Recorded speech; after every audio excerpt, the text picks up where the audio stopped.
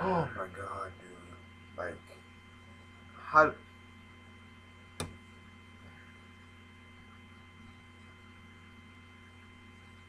how do I even review this shit, but like, I don't even know what to think anymore. Let's just go over this chapter. Toriko, chapter 256.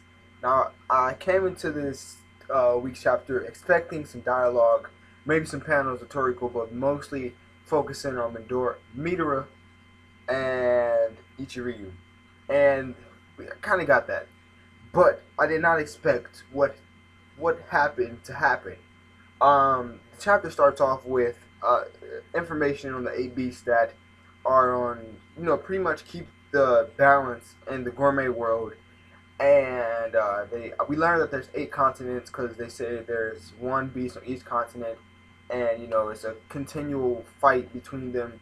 Um, but they say they sense like the thing they like really focus on and highlight is that they can sense a lot of things, and that's how they've been able to survive many extinction disasters throughout the years. And they sense something when Toriko wakes up, and that's somebody that is very strong.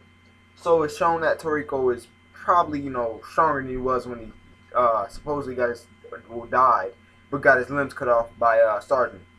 So that happens, and then we get some dialogue between I forgot the dude that healed fucking Toriko's limbs before. He was in life.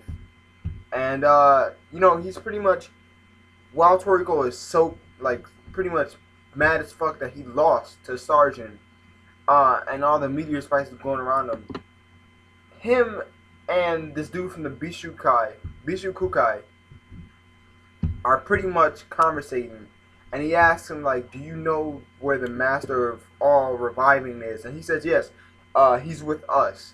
And he's like, "What? The Bishu Kukai?" He's like, "No, not the Bishu Kukai. Uh, I have no use for them anymore."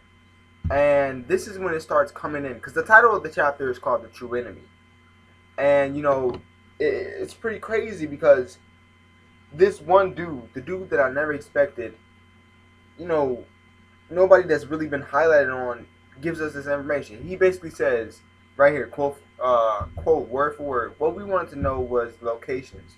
Joe has said this. The location of Acacia's full course would lead to the entrance to the final land. And he questions like, Joe, a final land? And then he tells the dude that Tepe is with him, and that's basically when he tells me, the Bishu Kukai is not really what I've been in this whole time. It's just like a cover up. And then you see the IGO's zero biotope staff laid out all the dudes Ichiryu trusted. And after that, basically Ichiryu, it comes back to Ichiryu and Midora. And Midora's questioning like, the true enemy, what are you talking about? I'm the enemy. Shit like that. And he says Frodo-sama's death was something that even Acacia hadn't accounted for. Because in order to reach the final land, a chef is absolutely necessary.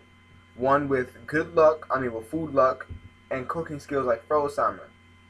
Acacia planted seeds, anticipating the worst remote case scenario.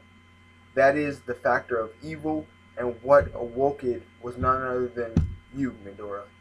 And pretty much he's right, because the true enemy right here is the Blue Nitros. And he says that Acacia has made an agreement since the beginning. He knew what was going to happen. And he said he knew that she'd appear again. And as soon as that happens, he says, "You don't mean the true enemy is," and all of a sudden, a Blue Nitro just steps on, like, fucking crushes Ichiryu.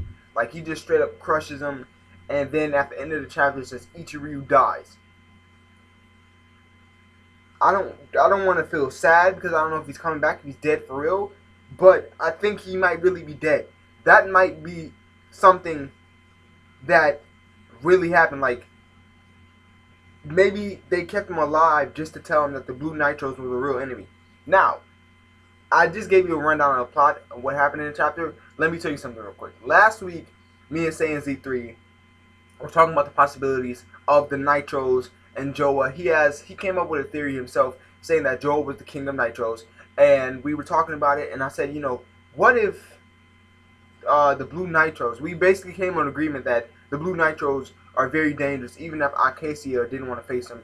So just imagine how strong Joa is. Now in this week, it even confirms something else that might confirm something else that me and Saiyan Z3 were talking about, is that maybe, just maybe, that Acacia's full course menu comes from a different planet. Like the Nitros come from a different planet, and his full course menu is, when the planet lines back up, is the entrance back to that planet. Maybe it helps the Nitros get back to the planet. Because just think about it. The Nitros have been around for so long. The king of Nitros has been around for so long. And like, now they're talking about the final land, the final entrance to this final land. And I don't think the final land is Gourmet World, because fuck it, they're in Gourmet World right now and they're not paying any like homage or any extra, honor to the fucking world. They're talking about another piece of land, another life form. So I'm thinking it's at least got to be the planet that's going to line up, and that's the final land. That's the entrance to the final land. The entrance is Acacia's full course menu, and it will help Joe get back to his home planet, which is on not even Earth. So thank you guys for watching. I really don't know what to think about this chapter. It's crazy how Ichiryu was held on long enough to tell him what who the real enemy was, and it was even crazier that Acacia knew that Froze would be brought back. I just can't wrap my mind around it. So thank you guys for watching. Comment down below what you think. Like the video if you enjoyed it. Don't forget to subscribe and get on this Toriko shit, man. Just get on it.